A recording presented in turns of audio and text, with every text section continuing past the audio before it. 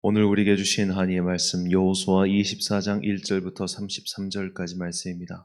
여호수아 24장 1절부터 33절까지의 말씀. 이제 봉독하겠습니다. 하나님의 말씀 경청하십시오. 여호수아가 이스라엘의 모든 지파를 세겜에 모이게 하였다. 그가 이스라엘의 장로들과 그 우두머리들과 재판관들과 공직자들을 불러내니 그들이 하나님 앞에 나와서 섰다. 그때 여호수아가 온 백성에게 말하였다. 주 이스라엘의 하나님이 이렇게 말씀하셨습니다. 옛날에 아브라함과 나홀의 아비 데라를 비롯한 너희 조상은 유프라테스 강 건너에 살면서 다른 신들을 섬겼다. 그러나 내가 너희 조상 아브라함을 강 건너에서 이끌어내어 그를 가나안 온 땅에 두루다니게 하였으며 자손을 많이 보게 하였다. 내가 그에게 이삭을 주었고 이삭에게는 야곱과 에서를 주었다. 그리고 에서에게서는 세일산을 주어 차지하게 하였다.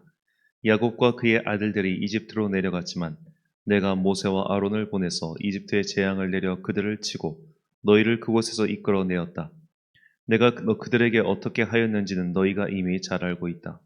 이집트에서 구출된 너희의 조상이 홍해에 다다랐을 때에 이집트 사람들이 병과 마병을 거느리고 홍해까지 너희 조상을 추격하였다. 너희의 조상이 살려달라고 나 주에게 부르짖을 때에 내가 너희들과 이집트 사람들 사이에 흑암이 생기게 하고 바닷물을 이끌어와서 그들을 덮었다. 너희는 내가 이집트에서 한 일을 너희 눈으로 직접 보았다. 너희가 광야에서 오랫동안 지낸 뒤에 나는 너희를 요단강 동쪽에 살고 있는 아모리 사람들의 땅으로 들어가게 하였다. 그때 그들이 너희에게 대항하여 넘겨주었으므로 그들을 대항하여 싸웠으나 내가 그들을 너희 손에 넘겨주었으므로 너희가 그 땅을 차지하였다. 나는 그들을 너희가 보는 앞에서 멸망시켰다. 그때 모압의 십볼의 아들 발락 왕이 일어나서 이스라엘에 대항하여 싸웠다. 발락은 사람을 보내어 부올의 아들 발람을 불러다가 너희를 저주하였다. 그러나 내가 발람의 말을 들어주지 않았으므로 발람이 오히려 너희를 축복하였고 나는 너희를 발락의 손에서 구출해 주었다. 너희가 요단강을 건너서 여리고에 이르렀을 때 여리고 사람과 아모리 사람과 브리스 사람과 가나안 사람과 헷 사람과 기르가스 사람과 히윗 사람과 여부스 사람이 너희를 대항하여 싸웠으므로 내가 그들을 너희 손에 넘겨주었다. 내가 너희보다 앞서 말벌을 보내어 아모리 사람의 두 왕을 너희 앞에서 쫓아냈다. 이 두 왕을 몰아낸 것은 너희의 칼이나 활이 아니다. 너희가 일구지 아니한 땅과 너희가 세우지 아니한 성읍을 내가 너희에게 주어서 너희가 그 안에서 살고 있다. 너희는 너희가 심지도 아니한 포도밭과 올리브밭에서 열매를 따먹고 있는 것이다. 이렇게 말씀하셨으니 당신들은 이제 주님을 경외하면서 그를 성실하고 진실하게 섬기십시오.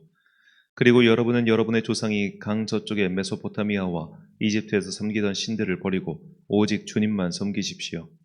주님을 섬기고 싶지 않거든 조상들이 강 저쪽의 메소포타미아에서 섬기던 신들이든지 아니면 당신들이 살고 있는 땅 아모리 사람들의 신들이든지 당신들이 어떤 신들을 섬길 것인지를 오늘 선택하십시오. 나와 나의 집안은 주님을 섬길 것입니다. 백성들이 대답하였다. 주님을 저버리고 다른 신들을 섬기는 일은 우리가 절대로 하지 않겠습니다.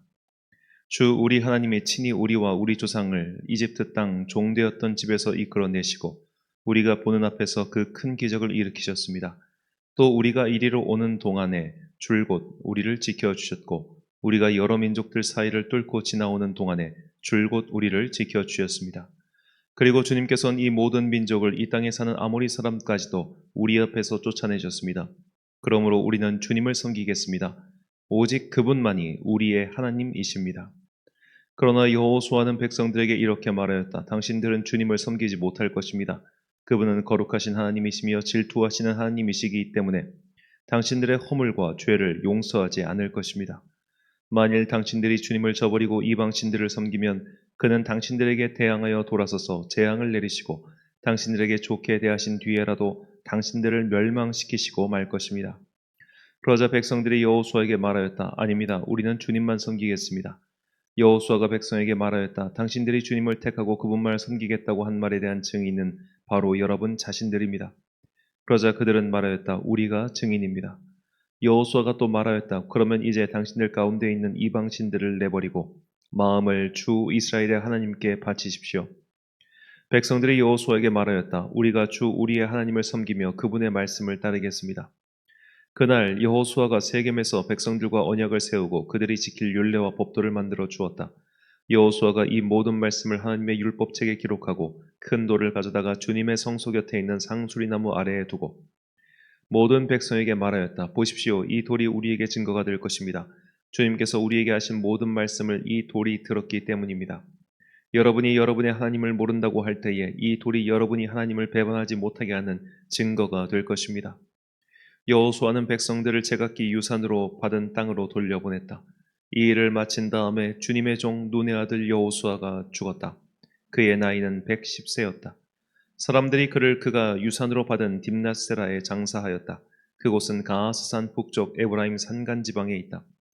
이스라엘은 여호수아가 생전에 줄곧 주님을 섬겼고 여호수아가 죽은 뒤에도 주님께서 이스라엘에게 베푸신 모든 일을 아는 장로들이 살아있는 날 동안에는 주님을 섬겼다. 이스라엘 자손은 이집트에서 가져온 요셉의 유해를 세겜에 묻었다. 그곳은 야곱이 세겜의 아버지 하물의 자손에게 금 100냥을 주고 산 땅인데 요셉 자손의 유산이 된 것이다. 아론의 아들 엘르아살도 죽었다. 사람들은 그의 아들 비느하스가 유산으로 받은 에브라임의 산간 지방인 기브아에 장사하였다. 아멘. 끝을 봐야 새 길을 연다란 제목으로 하나님의 말씀 선포하겠습니다. 자, 오늘은 여호수아의 마지막 장이죠. 이제 여호수아는 이스라엘 민족들에게 어제 읽었던 23장에 이어 긴 유언을 남기고 모든 세상이 가는 길, 즉 이제 이 세상을 떠나 주님 곁으로 돌아가게 되었습니다. 이 장에서 널리 알려진 말씀은 15절 하반절 말씀이죠. 너희가 섬길 자를 오늘 택하라. 오직 나와 내 집은 여호와를 섬기겠노라 하니. 아멘. 여호수아는 백성들 앞에서 선언합니다. 나의 자손들은 오직 여호와 하나님을 섬기겠다고 말이죠. 이것은 그가 아직 태어나지도 않은 후손들과 마찬가지로 조상의 맹세라고 볼 수 있겠죠. 그러자 그 선언을 들은 다른 사람들 또한 그렇게 하겠다고 응답합니다. 자, 이들이 여호수아의 이 믿음의 선언에 동조하여 우리도 그렇게 하겠다고 담대하게 선언할 수 있었던 이유가 무엇이겠습니까? 여호수아와 함께 하신 하나님, 그 하나님을 그들도 함께 경험하였기 때문이죠. 본문 17절과 18절 말씀입니다. 이는 우리 하나님 여호와께서 친히 우리와 우리 조상들을 인도하여 애굽 땅 종되었던 집에서 올라오게 하시고 우리 목전에서 그 큰 이적들을 행하시고 우리가 행한 모든 길과 우리가 지나온 모든 백성들 중에서 우리를 보호하셨음이며 여호와께서 또 모든 백성들과 이 땅에 거주하던 아모리 족속을 우리 앞에서 쫓아내셨습니다. 그러므로 우리도 여호와를 섬기리니 그는 우리 하나님이심이니이다 하니라. 아멘. 자, 여기까지 인도하신 그 하나님의 은혜를 우리도 함께 겪었습니다. 당신이 만난 하나님의 은총과 능력을 우리도 역시 겪었습니다. 그러므로 우리도 여호와 하나님의 증인이 될 것입니다. 그렇게 말하는 것이죠. 자, 이들도 여호수아와 함께한 이 백성들도 하나님을 만났고 하나님의 능력을 경험했고 마침내 사방의 평안을 얻었습니다. 자, 우린 여기서 이런 질문을 던져볼 수 있습니다. 자, 지금 이 여호수아와 함께 맹세한 사람들은 광야에서 태어났거나 혹은 광야 시절에 매우 어린 사람들이었습니다. 그들이 이제 광야 40년의 세월을 지나서 가나안 땅을 정복해서 마침내 평안을 얻은 것이죠. 그렇다면 이 평안을 누리지 못한 이 출애굽 1세대, 그들과 이 평안을 마침내 얻은 출애굽 2세대의 차이점은 도대체 무엇일까요? 저희 출애굽 1세대와 출애굽 2세대는 공통점이 많습니다. 일단 그들은 하나님의 기적을 모두 목도했습니다.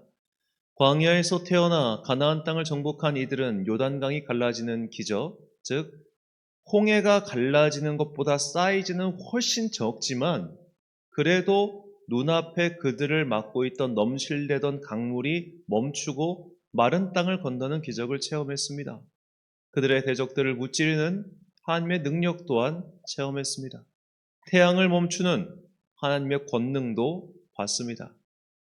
그런데 사실 이 출애굽 2세대가 겪었던 하나님의 권능에 대한 체험은 이 사이즈적인 면에서, 규모 면에서 봤을 때 출애굽 1세대가 겪었던 기적에는 비할 바가 못 되지요. 출애굽 1세대가 이집트에서 겪었던 기적들을 생각해 보십시오. 막 강이 핏물로 변하고 짐승들이 올라오고 낮에 해가 갑자기 밤처럼 컴컴해지고 우박이 떨어지고 그 큰 바다가 갈라져서 군대가 수몰당하고 그리고 광야에 가는 동안 만나를 보고 메추라기를 먹고 또 바위에서 물이 솟아나는 그런 엄청난 기적들을 경험했습니다. 무엇보다 중요한 것은 이 출애굽 1세대는 시내 산에 강림하신 하나님의 임재를 직접 눈으로 본 사람입니다. 그저 기도하는 중에 내 마음속에 따뜻하게 임하신 그런 성령님의 은혜를 체험하는 수준이 아니라 두렵고 떨리는 하나님의 임재를 물리적인 나의 시각으로 본 사람들이에요.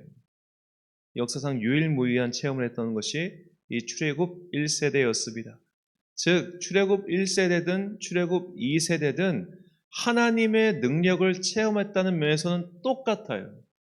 그런데 이 둘의 삶의 결과는 완전히 다릅니다.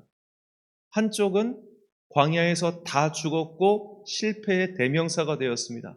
그러나 한쪽은 마침내 그 광야를 통과하여 오늘 그들이 만들지도 않은 성읍에서 그 성읍의 어떤 시스템을 누리고 그들이 가꾸지 아니한 그 밭에서 열매를 얻는 그야말로 성공과 평강을 얻은 것이죠. 이 둘의 결정적인 차이가 무엇일까요? 한쪽은 중간에 포기했고 한쪽은 끝장을 봤다는 것, 이것이 이 둘 사이의 결정적인 차이입니다. 출애굽 1세대는 정탐꾼의 말들만 듣고 겁에 질려 중간에 포기해버렸습니다. 이들은 가나안 민족을 본 적이 없습니다. 정탐꾼들만 봤습니다. 그런데 그 정탐꾼 12명 중에 10명이 저들은 거인이고 저들의 성읍은 강대하고 저들은 어쩌고 저쩌고 그 말 듣고 겁에 질려가지고 우린 다 죽었어. 이제 우리 이집트로 돌아갈래. 이렇게 중간에 포기해버려요. 그들은 누구도 경험하지 못했던 하나님의 놀라운 권능을 체험했는데도 눈앞에 새로운 문제가 닥치자 포기해버립니다. 우리가 이런 경우가 없다고 할 수 있을까요? 분명히 지금까지 하나님의 은혜로 살아왔다는 것을 알고 있음에도 불구하고 우리는 이 믿음의 길의 끝을 보지 못할 때가 많습니다. 자꾸만 용기가 사라지고 이런저런 핑계를 대며 후퇴하지요. 이전에 은혜의 체험이 있음에도 불구하고 다시 한 걸음을 내딛지 못하는 것은 결국 믿음이 부족하기 때문입니다. 믿음이 부족하니 용기가 생기질 않아서 그 끝까지 가지를 못하는 것이죠. 중간에 포기하고 후퇴하는 겁니다. 뜻을 세웠다가 중간에 관두는 일이 우리에게 얼마나 많습니까? 끝장을 볼 믿음이 부족하고 용기가 부족하고 의지가 박약하기 때문입니다. 하지만 출애굽 2세대는 달랐습니다. 그들은 마침내 끝을 봤습니다. 그들은 자신의 부모 세대가 보지도 않고 후퇴해버린 그 가나안 민족을 직접 맞닥뜨렸습니다. 그들이 세운 강한 성체를 봤습니다. 그들이라고 두렵지 않을 리가 있겠습니까? 하지만 그들은 전진했고 한 발을 내딛었습니다. 그 장면을 우리가 그 이스라엘 백성이 되었다고 가정하고 이것도 이제 거룩한 기도의 한 방법입니다만 상상해 보십시오. 여리고 성체. 자, 이스라엘 민족은 유목민족이죠. 처음 본 큰 성체입니다. 거기를 하루에 한 바퀴씩 돌라고 할 때 두렵지 않았을까요? 첫날은 두려워서 돌았겠죠. 왜냐면 그때 누가 성문을 뛰쳐나와가지고 공격하면은 많이 죽을 거 아닙니까? 그런 두려움 속에서 한 바퀴를 돕니다. 그 다음날도 한 바퀴를 돕니다. 이렇게 매일매일 한 바퀴씩 돌면서 아마 그들 안에 있었던 공포, 두려움, 의구심들도 하나씩 사라지지 않았을까요? 그리고 마침내 일곱째 날 일곱 번 돌고 큰 함성을 지를 때 더 이상 그들 안에는 의심과 두려움은 사라지고 강한 믿음의 용기만이 가득하게 되지 않았을까? 그런 상상을 해봅니다. 그리고 마침내 여리고 성벽은 무너졌고 그들은 그 이후로 승승장구하게 되지요. 여리고 성보다 가나안 민족보다 비교할 수 없을 만큼 강한 나라가 이집트였습니다. 출애굽 1세대는 하나님께서 그 나라를 무찌르시고 그 나라의 군대를 수장시키시는 것을 보았지요. 하지만 이것은 하나님께서 직접 하신 일이었습니다. 당시 이스라엘 민족은 사실 아무것도 하지 않았지요. 그저 모세 앞에서 징징거리기만 했을 뿐입니다. 이런 것은 아이의 신앙입니다. 어린아이의 신앙이죠. 끊임없이 징징거리며 도움을 구하고 은혜가 부족하다고 불평불만하며 더 확실하고 뚜렷한 체험을 달라고 조르는 건 말입니까? 이런 어린아이의 신앙은 삶의 문제와 위기 앞에서 쉽게 무너집니다. 출애굽 1세대의 믿음은 그야말로 돌밭과 가시떨기에 뿌려진 씨와 같았지요. 마태복음 13장 20절부터 22절까지의 말씀입니다. 돌밭에 뿌려졌다는 것은 말씀을 듣고 즉시 기쁨으로 받되 속에 뿌리가 없어 잠시 견디다가 말씀으로 말미암아 환난이나 박해가 일어날 때에는 곧 넘어지는 자요. 가시떨기에 뿌려졌다는 것은 말씀을 들으나 세상의 염려와 재물의 유혹에 말씀이 막혀 결실하지 못하는 자요. 아멘. 자, 뿌리가 없으니까 넘어집니다. 염려와 유혹이 생기니까 결실하지 못합니다. 이들은 믿음이 없는 자들도 아니었고 체험이 없는 자들도 아니었습니다. 이들은 어린아이와 같아서 스스로 한 걸음을 내딛지 못했고 용기 있게 도전하여 끝장을 보지도 못했습니다. 지금도 마찬가지입니다. 우리도 마찬가지란 겁니다. 하나님께 계속 떼쓰고 징징거리는 그런 신앙인들이 있습니다. 스스로는 한 걸음도 내딛지 않으려고 하고 이 한 손도 움직이지 않으면서 하나님께서 그저 다 해주세요 라고 그렇게 징징거리는 사람들 말이죠. 이런 사람들은 결국 내가 지금 감당하지 못할 것 같은 그런 시련이 오면 무너집니다. 그러면서 하나님을 원망하기만 하죠. 그러니까 어린아이의 신앙의 특징은 분명히 체험이 있어요. 돌이켜보면 반드시 체험이 있습니다. 그럼에도 불구하고 하나님을 신뢰하지 못하고 용기 있게 전진하지 못하고 그저 징징거리며 때만 쓰면서 그냥 울기만 하다가 자기 뜻대로 되지 않으니까 토라져 버리는 것. 이것이 어린아이의 신앙이고 출애굽 1세대가 보여준 모습이었습니다. 부모가 아무리 아이를 챙겨줘도 숙제는 아이가 스스로 해야 되지 않겠습니까? 각자 인생에 과업이 있는 겁니다. 그 과업을 이행하다가 잘 못할 수도 있고 틀릴 수도 있겠지요. 하지만 이 문제풀이에 아이에 도전하지 않으면 그의 가능성은 0이 될 수밖에 없습니다. 예전에 제가 어릴 적에 학원 다닐 때 선생님이 이런 말을 했는데 그게 참 오래 기억에 남았어요.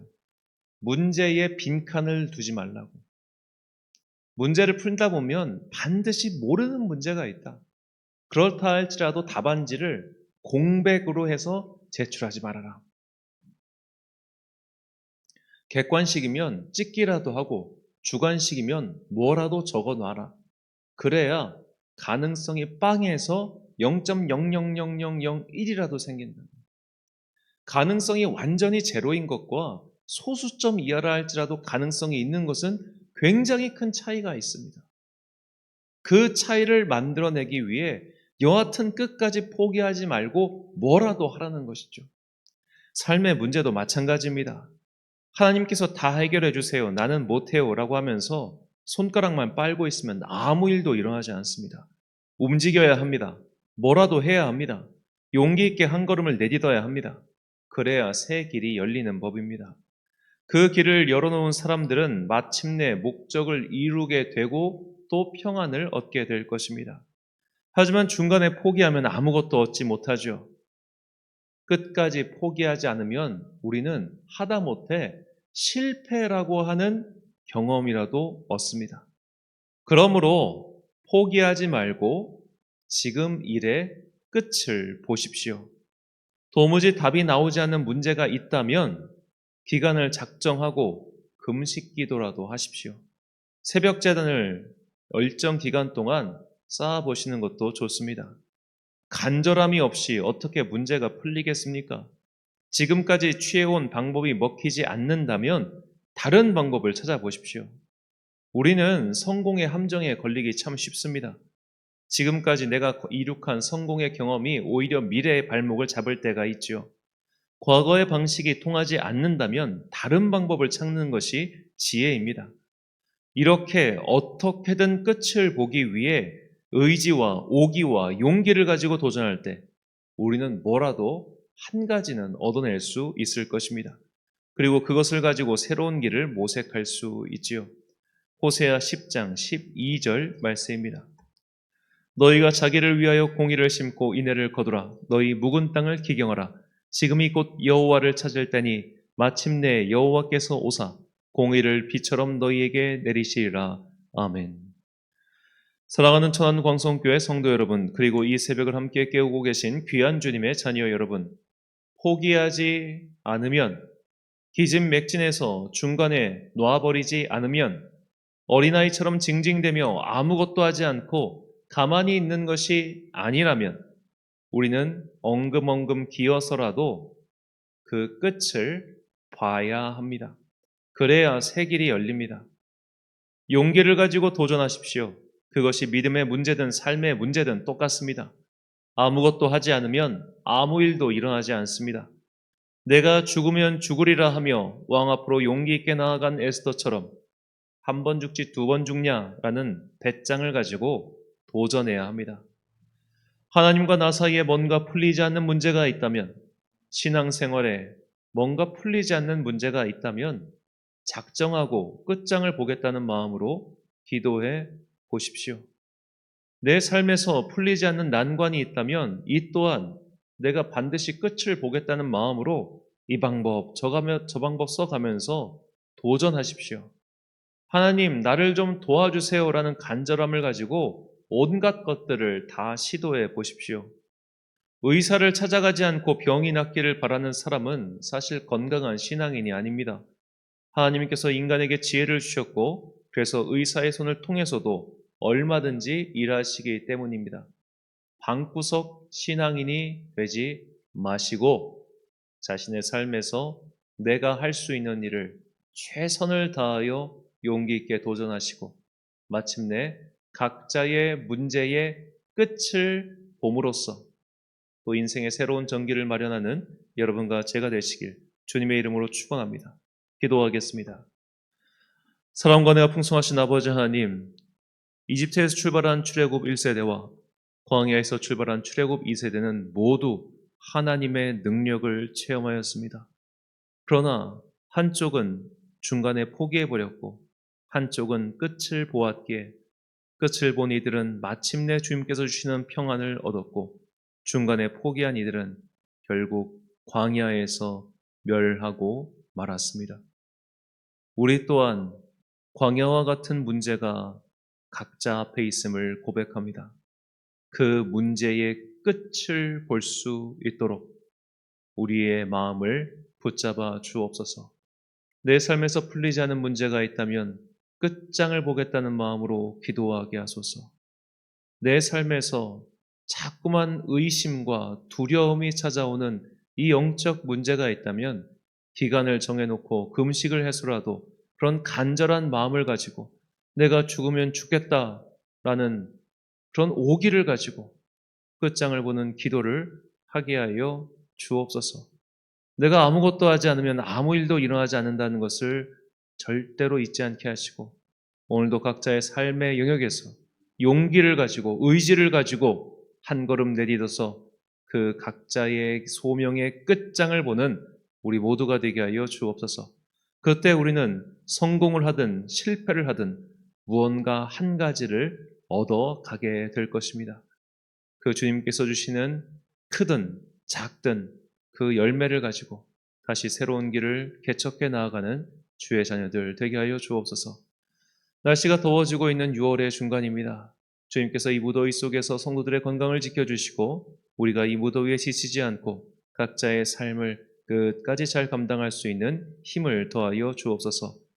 오늘 하루도 참 좋으신 우리 주님의 은총과 평강이 모든 성도들의 삶의 여역 가운데 풍성히 임하기를 간절히 소망하오며 이 모든 말씀 우리 구주 예수 그리스도의 이름으로 기도드립니다.